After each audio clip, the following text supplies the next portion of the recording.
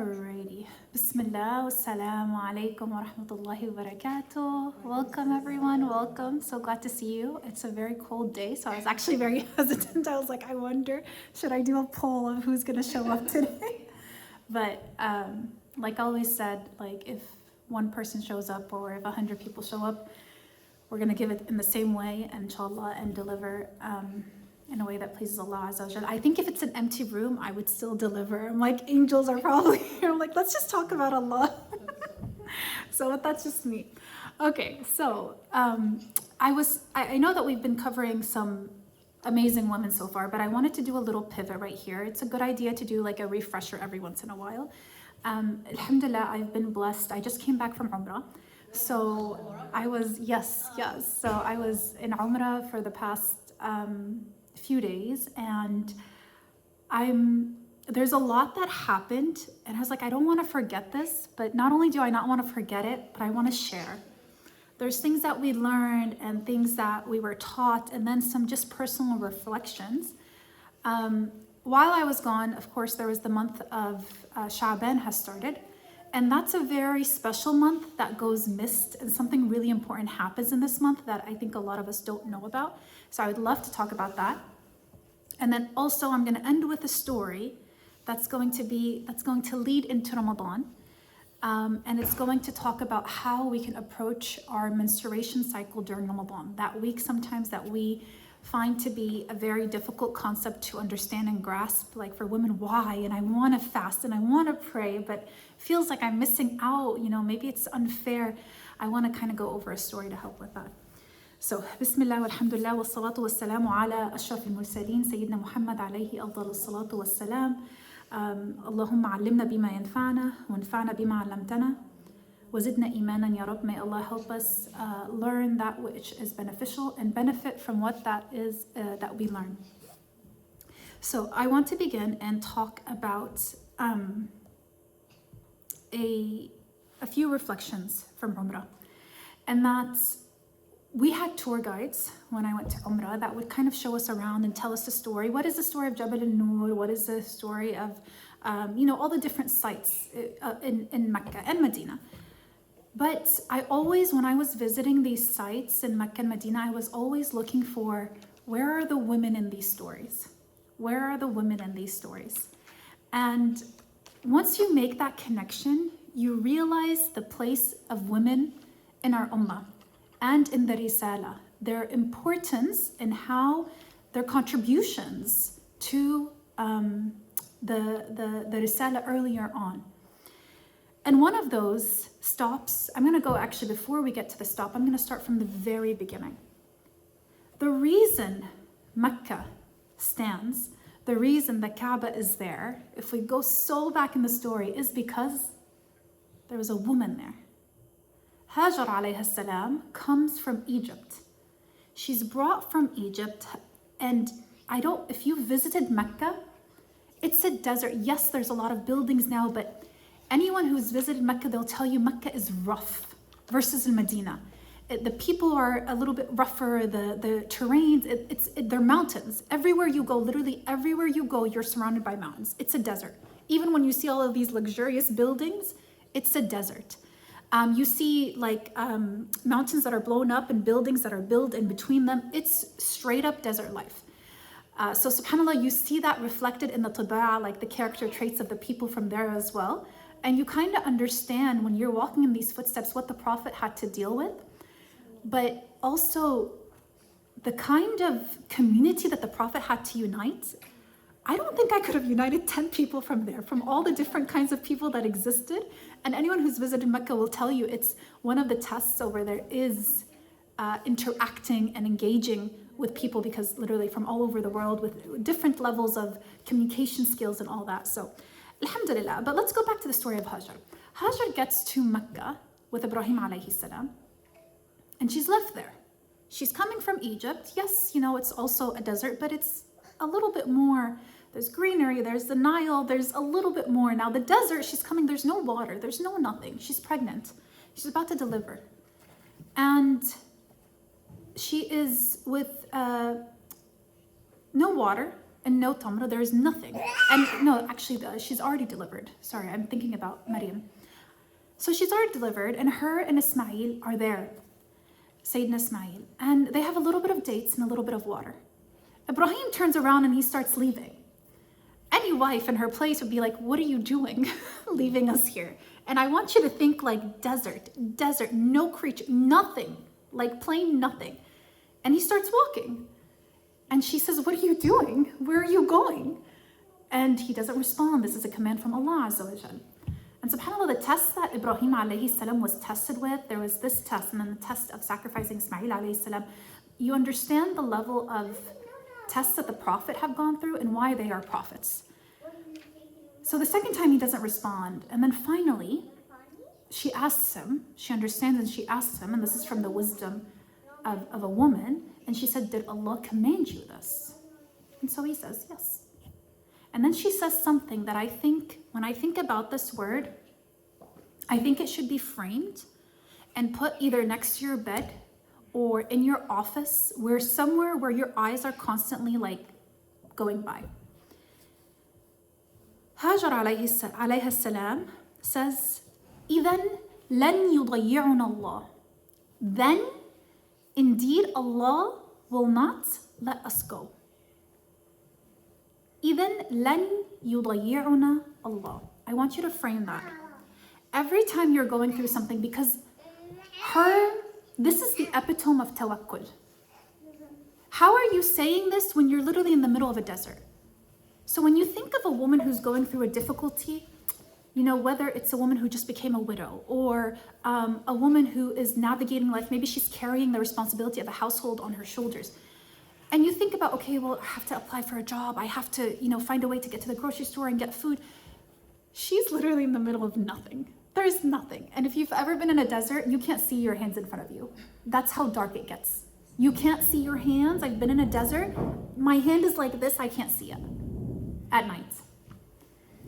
And she says, لَن يُضَيِّعُنَ اللَّهِ. I don't know. I feel like that is another level of tawakkul. So I want you to think of that from this lesson. I want you to take those words and like engrave them in your mind. Every time you hit a wall, I want you to say, Allah brought me here. Allah will get me through this. لَن يُضَيِّعُنِ اللَّهِ. Allah will not forsake me. Allah will not forsake me. And this comes from the name Al-Mudabbir. Getting to know Allah through His names, I think, was one of the most monumental changes in my life that has helped me like understand Allah Azza wa Jal. And at first it was like, it was a little, I was learning the names, but when I started going through certain life circumstances where I started looking for answers, I would open up the names of Allah and at like a prescription. And I think I've mentioned this to you guys before, where depending on what I'm feeling, I would look for a name that ties into that. And I would read about that name. The names of Allah Azza wa Jal are not meant to be a book where you just read through for like pleasure and leisure. No, it's like literally a prescription book. Depending on what you're going through, what name ties into that? And then our teachers would say, repeat it, repeat it, repeat it. So if you're going through something and you're like, I don't know where I'm going, it looks like a dark alley, I'm just going because it makes sense, then you repeat, Ya Mudabbir, Ya Mudabbir, Dabbir li hali, Ya Mudabbir, Ya Mudabbir, Ya Mudabbir. If you are waiting for a door to open, Ya Fattah, Ya Fattah, Ya Fattah, Ya Latif, Ya Latif. And that's where your adhkar come in. It's through that name, but it depends on what you're going through. So I would really encourage you to make the names of Allah book like a side book on your bed. And depending on what you're going through that day, reflect on that name. You'll smile a lot because you'll see a lot of what, maybe it's something that subhanAllah, Allah has already guided you to do or to say, and you find it that it's in that name. So the name Al-Mudabbir, and we said this before, is Allah making things work out in the best way possible. And this is kind of how this Umrah came. It's been 10 years, subhanAllah, 10 years in the making. It's been a decade of me just making dua to be able to visit. And it was facilitated, I can't even, for personal reasons, I won't share the details, but it was facilitated in the easiest and most beautiful way possible. And I kept thinking, Al-Mudabbir, This is al-mudabbir. Not just Allah planned, but Allah dabbar in the most beautiful way possible. I couldn't have asked for more. And, you know, subhanAllah, I'm like, I'm glad I waited. It worked out in a way I could have never imagined. So Hajar عليها السلام, she gets there, back to the story of Hajar. And one of the reasons, the woman behind Mecca and Sayyidina Ismail and the Kaaba, and Hajar is now running from mountain to mountain. She's out of food. Now, when I ran Ṣafā and Marwah, it's hard. My thighs were in pain. By number 7, I had to sit down at the end because it was painful. It was a lot. Now, but for her, it was like a terrain. Yeah, there's a little part now where we go and there's like an elevated area and you go around. But she's going a terrain. These mountains are not difficult. We had a group of girls that tried to hike mountain Jabal al-Nur, where Cave Hira is. They couldn't walk next morning. They apologized on some of the activities. They said, we can't join because they couldn't. It was difficult. And subhanAllah, Jabal al-Nur, where Cave Hira is, which woman climbed that mountain? Several times. Khadija, to deliver food to the Prophet ﷺ.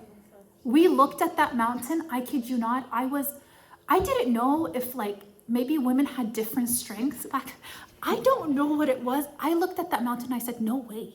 Like, no way, I know my strengths. I couldn't climb it. I apologized, I was like, I can't, it's a lot. and I looked at that and I said, Subhanak ya Rabbi. Not only was she climbing it several times, and Jabal al-Nur was not, like when they talk about the Prophet running down the mountain to Khadija to say, Zammiluni, Zammiluni, this, in my head, I was like, okay, the mountain is like behind the house, and he like goes and sits there for a bit and comes back. No, it was like a drive. Like we were on a bus and driving to Jabal al-Nur. And Khadija walked from the Kaaba to Jabal al-Nur. She's taking care of the kids back home. It's not just her child, it's several other children that they were taking responsibility for. And she climbs Jabal al-Nur and she's hiding like, hiding the tracks, that's another Jabal. We'll get to that mountain. But she's climbing to deliver food to the Prophet while he's in Khalwa.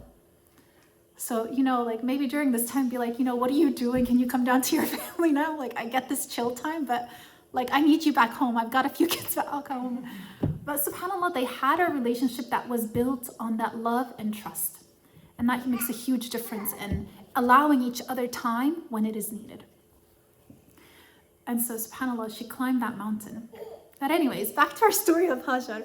So Hajar alayhi salam, she's running between Ṣafā and Marwah. And we do it now for pleasure, but she was literally running because her child was gonna die. If she hadn't found water or food, her child is screaming, he's gonna die. So we run now, every woman, there were men, women, old, young. Allah honored this woman by making running between Ṣafā and Marwah a pillar of Umrah. A pillar of every single person. I don't know, I thought I said, Subhanak ya Rabbi. Any person who says that Islam is oppressive, and you think about these things, you're like, how? Allah made every man and woman honor what this woman did. So Allah didn't just say, I see you, I hear you, but for the rest of humankind time, everyone is going to do what you did. Everyone, because she said what? Lan yudayyiruna Allah. Allah's not going to forsake me. Allah's got me. So Allah didn't just say, I got you and I'm going to take care of you. But because of the level of tawakkul you had, I'm going to honor you. I'm going to honor you by making sure that every other man and woman remembers your story. And this is kind of what tawakkul is. This is kind of what taqwa is you honor Allah Azza wa Jal, and He says, I got you, and you won't be forgotten. So she runs between Ṣafā and Marwah, and then we know the story of Zamzam. Sayyidina Ismail hitting his legs, his feet, and then with the aid of Jibreel alayhi salam, what comes out of the ground? Mayyit Zamzam. Where does the name Zamzam come from? She starts trying to collect the water because it's overflowing.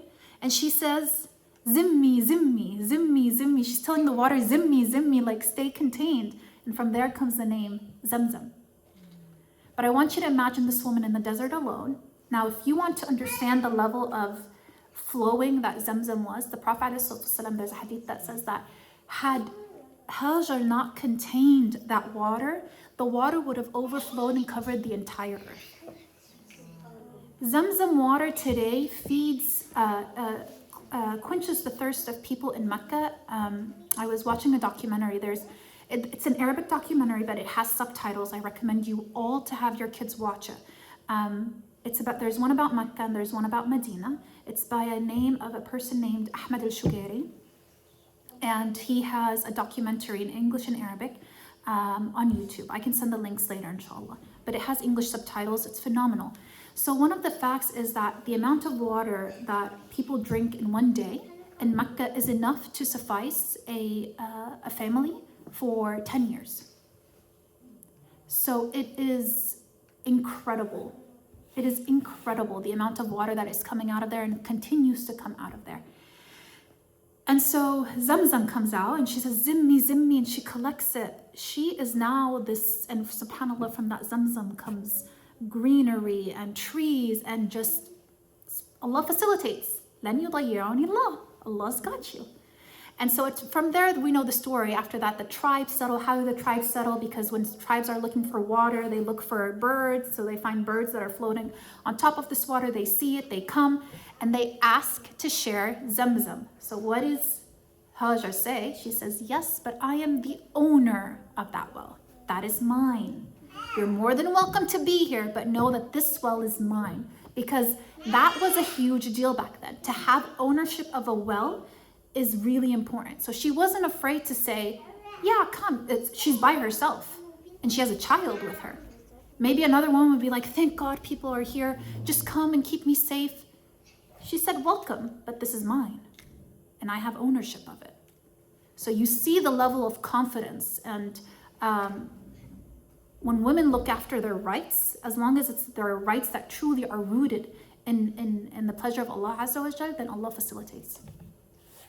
And so she says, Zimmi, Zimmi, the water is collected, tribes settle, and subhanAllah, from there we keep going on and on with the story of Sayyidina Ismail and Sayyidina Ibrahim. But it goes back to the reflection that I was meant to say, that I was saying that when you think of Mecca and you think of the Kaaba, you think of, there was a woman who stood ground one day and had a baby here, and Zamzam came because of the footsteps of her baby and her patience and her tawakkul.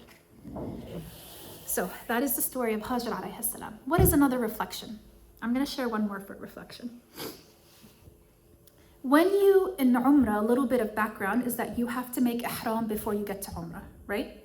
You have to make ihram, you have to make your intention, and there's a very specific steps that you have to make ihram before you enter into Mecca, right? Now, if you want to make, and you have to make ihram before a point in Mecca that's called al-miqat. How do we know the points of miqat? That wasn't identified by any human, that was identified by Allah and the Prophet where the points of miqat are, that was the Prophet.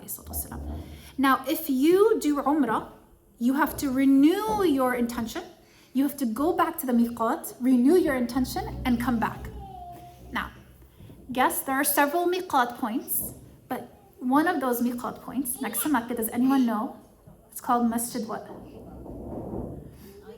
It's called Masjid Aisha. And so we went, and we were with a tour guide. And the tour guide, it was so funny because the tour guide, bless his heart, he was just very shy. And it was a group of women. But he had a hard time saying the word menstruation, a period. So he said, we were going there and we almost be like, what did he just say? So I'm going to tell you the story, but what he was trying to say is that, when Aisha went because she had her period, so she had to go. And so I was like, wait, what? It was like she had her, and then she had to go. So he kind of skipped over the word period or said it very low. And so our teachers were kind of laughing at that because the Prophet didn't, subhanAllah, he didn't shy away from these things in these terms. And he said it, of course, very humbly and very respectfully. But every stop I was like, where's the woman in this? Where's the story of the woman in this? So Masjid Aisha, let's talk about Masjid Aisha. The Prophet ﷺ, this was during Hajj al-Wada', where there was a Hajj and Umrah were performed together. And Aisha was joining along. Now, Aisha radiallahu anha gets her period. And as women, just like Salah, if we get our period, we can't be in the haram, and we can't do tawaf, and we can't do Umrah. This is very difficult. Why? Because as a woman, you are making a journey all the way to Mecca. And then some women get there, oh, I got my period. And sometimes you plan it, like you know when your period is coming, but sometimes from like the stress and the preparation and planning, you might get it very early. So some women were like trying to delay their period, and some women were like, no, it's okay, I know my period is gonna come after. And then they realize they're like spotting or they have their period, and it's upsetting. It's not just like a bummer. When you've made it all the way there, you're just like it's sad. It's really sad. And so Aisha, this happened to her. Now I want you to hear how the Prophet عليه أفضل الصلاة والسلام approached this. This should be studied. So what does he say? She was really upset, and the hadith shows you how much she was upset. And I'm going to read it to you in Arabic and then translate to English. دخل علي رسول الله صلى الله عليه وسلم وأنا أبكي. The Prophet came in as I was crying. She's crying because she can't do Umrah. And she said, فقال ما لك? He said, what's wrong with you? What's going on? قلت ليتني لم أكن حججت العام. I wish I didn't come to Hajj this year. قال لعلك نفستي. He said, did you get your period? Is it that you got your period? فقالت نعم. Yes, I did. قال فإن هذا أمر كتبه الله على بنات آدم.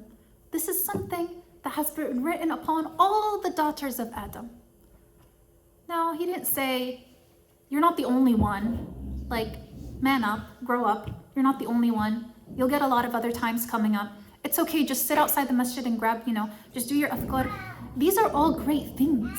Yes, we can do afkar. You can even be in Ṣafā and Marwah while on your period. You can do that part. You can sit down. There's an area where you can sit down in Ṣafā and Marwah and you can see the Kaaba.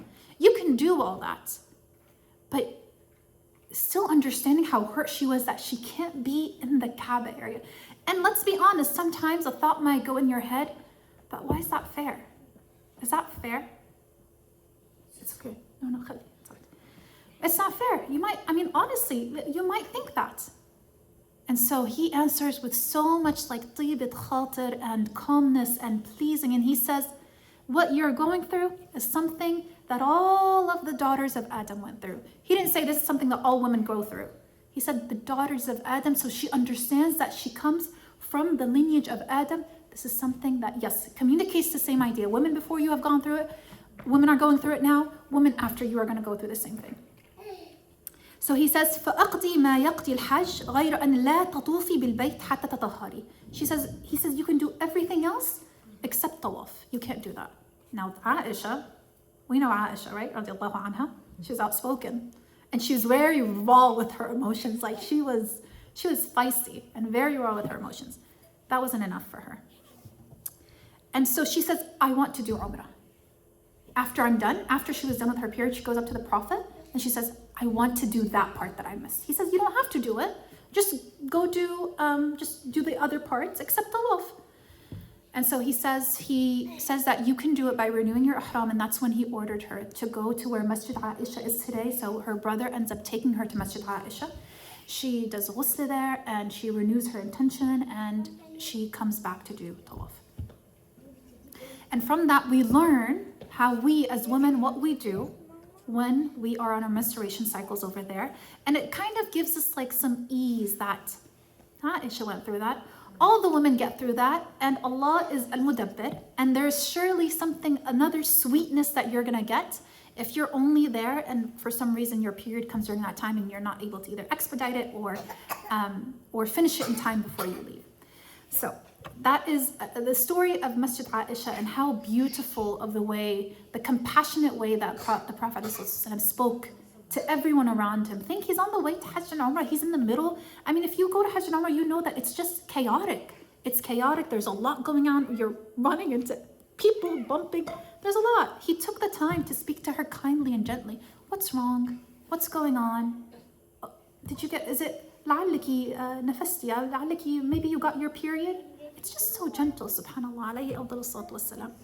And so Masjid Aisha is the point now where we go there. So when Allah writes for you to go there and you step in those footsteps, remember that, and every man and woman are renewing their ihram there.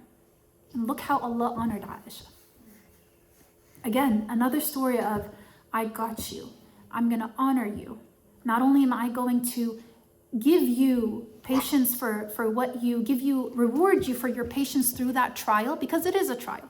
It is a trial when you can't do tawaf. When you've traveled thousands of miles, it is a trial when you leave without doing umrah. Not only am I going to reward you, but I will honor you. And Allah honored Aisha radiallahu anha by the fact that we today visit men and women from around the world, visit Masjid Aisha to redo their ihram before going into Mecca. So that is the story of Masjid Aisha radiallahu anha. And I think we have time to, I hope we can get to Isra and Maraj. But before that, I actually want to talk about Sha'bān because we're in it. And Allahu A'lam, I think by the time next time, it'll be 3 weeks into Sha'bān. So I want you guys to understand the importance of this month. This month, the month of Sha'bān, is between Rajab and Ramadan.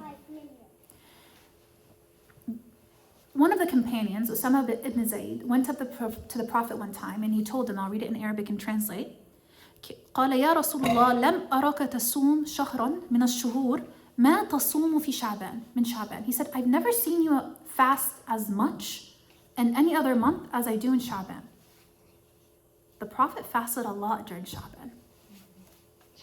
So we have to pause there and understand if the Prophet is doing something during Sha'bān, during a month, we have to understand the reasoning behind it. So the Prophet responds. And he says, ذلك شهر يغفل الناس عنه. This is a month that a lot of people lose track of. بين رجب ورمضان, between Rajab and Ramadan. وهو شهر ترفع فيه الأعمال. And this is a hadith صحيح. This is a month where your deeds are presented to Allah Azza wa Jal. إلى رب العالمين, to our Lord. فأحب أن يرفع عملي وأنا صائم. So I would like for my deeds to be presented while I'm fasting. I want you to stop here because this is crucial. Presenting of the deeds as in when our deeds are presented on the Day of Judgment. This is the same thing. During Sha'bān, our deeds are lifted up to Allah from the whole past year. During Sha'bān, just like on the Day of Judgment, your deeds are presented to Allah for review. Now the difference is, you have a chance to change these deeds if there are bad deeds that you need to get rid of, to make istighfar for, and that's why one of the most prominent adhkar, dhikr during Rajab and Sha'bān is al-istighfar, like repeating istighfar over and over again. Because Sha'bān, your deeds are elevated and presented to Allah and reviewed. So the Prophet ﷺ is saying, أُحِبُّ أَن تُرْفَعَ عَمَالِي, I would like for my deeds to be elevated and presented to Allah while I'm fasting. Have we started our fast? We need to. We need to start our fasting during Sha'bān. And I want you to understand the importance of this month. And we mention this over and over again. Ramadan is not, it's just like New Year's. My New Year's resolutions are going to start January 1st and end January 1st at midnight. Literally, this is how resolutions go. Your Ramadan resolutions cannot start on the first day of Ramadan. If you are, I hope you get far into a week with them. But the reality is that Ramadan diet goes really quick. So you need to start before Ramadan. If your intention is to make it through a day of fasting, you need to start fasting before Ramadan. If your intention is to start Quran, you need to be reading Quran and finishing it up khatm during Sha'bān. You need to either find a sibling, find a spouse, find a parent, someone to say, let's do khatm together. If it's too much for you to do one khatm. Your adhkar. This is the month of adhkar. So our teachers would tell us Rajab and Sha'bān. Rajab is a month of takhliya. What does that mean? Well, you can't fill your cup if it's already filled, right? So takhliya means clear your heart. Clear your heart, and this is where istighfar comes in. Literally hold your dhikr beats, astaghfirullah, astaghfirullah, astaghfirullah, astaghfirullah. That's what Rajab is for. Get rid of all the ailments in your heart. How do you get rid of ailments? With this istighfar. Number 2, what is Sha'bān for? So Rajab is takhliya, means clearing out. Clear out your heart. Clear out your heart from any, ask Allah to help you clear your heart from any diseases of the heart. Some are tough to get out. Ask for Allah's help because truly some of them we cannot do on our own at all. None of them we can. Sha'bān is tahliya. You've cleared your heart during Rajab. Now halli your heart. How do you beautify your heart? Think of your heart as a home. SubhanAllah, I've heard once that think of your grave as home. We spend here building our homes. How much time do we spend building our grave? And what do I mean by that? Saying, I would like a brick. I want this brick to be Surah Al-Baqarah. I've heard some people say, I'm reading Surah Al-Baqarah every day because I want Surah Al-Baqarah to be my companion in the grave. We think of our homes as I'm gonna, idhin this wall, this color, I'm going to put a furniture piece here. What is your grave gonna look like? We're gonna spend time in our grave more than any other part of our life. Build your grave. And Allah, inshallah, rewards you with those things. If you make the intention, I want to do this amal, so this amal comes to me and lights up my grave, maybe that's what comes to you in your grave. And so Sha'bān is tahliya. Your deeds are now being presented to Allah Azza wa Jal. And subhanak ya Rabbi, right after Sha'bān is what? Why are our deeds presenting during Sha'bān? Other than any other month. Wouldn't it be Muharram, like the first month is Muharram? Why aren't our deeds presented in Muharram? Because the first month that comes after Sha'bān is what? The new year starting with Ramadan. Allah's starting you with a fresh, clean slate. He's giving you that push. I'm giving you time to get ahead. I'm giving you time to get ahead. And then He gives you that whole year. He gives you Ramadan. Subhanak ya Rabbi. How beautiful is that? Allah says, I'm going to start you off clean. I'm going to give you this boost. Build it up. Clear your slate. Fast. Give zakah. Do all of this good stuff. And then try to maintain that the whole year. I'm going to give you a year to maintain all that you've done the intention for during Ramadan. I'm going to give you a whole year. And then during Sha'bān, that's when I'm going to review your books. Now the difference is, when Allah's reviewing our books on the Day of Judgment, that's it. It's Jannah or not. It's Jannah or fire. Right now, it's not. Right now, you have a chance. Every year, Allah gives you a chance to revisit your books. How are you going to utilize that? So when you're living your life during Sha'bān right now, everything that you do, remember, my deeds are being presented to Allah Azza wa Jal right now. How do I want them being presented? Maybe you want them being presented as maybe you are taking care of the old and the sick. That's, Ya Allah, when I present my books, when you are reading my books during Sha'bān right now, I would like for it to be presented while I'm doing this deed. Maybe you are a person who loves doing tahajjud. Maybe that's, Ya Allah, when my books are being presented right now, this is the state I want to be in, of tahajjud. We don't know. Just recognize this month is not to be wasted. And if you haven't already, I would highly recommend you waking up for tahajjud. It could be 10 minutes before Fajr. Wake up for tahajjud and empty your heart out. There is such a beautiful peace in an unrushed time where you feel like you own your time, you own the world. In those few moments before Fajr, when the whole house is asleep, nothing's being asked out of you. You can literally stare at the sky, at the ceiling of your home, and there's no one who's being there saying, I need this and I need that. And you're sitting there doing nothing. And all you're saying is, Ya Allah, I woke up for you. Allah is descending the skies, asking who is waking up to ask me so I can answer them. So, Ya Allah, I am asking you. You told me to wake up and to ask, and I am asking. And don't ask for a penny. Allah is Malik al-Khaza'in. Allah owns the treasure boxes. Don't ask for a penny, guys. Say, I want this dunya and everything in it to be used for your sake. And I want to work for your sake, Ya Allah. Ask, pour your heart out. This is the month to do it. And then watch what your state is going to be like leading into Ramadan. It's very different when you start fasting day one, like Ramadan, and then by 5 p.m. your energy is drained and you're like, I'm going to sleep, I'm taking a 2-hour nap before Maghrib. Versus working your way, it's just like a marathon. You run every day for a little bit. When you get to the marathon, it's not new.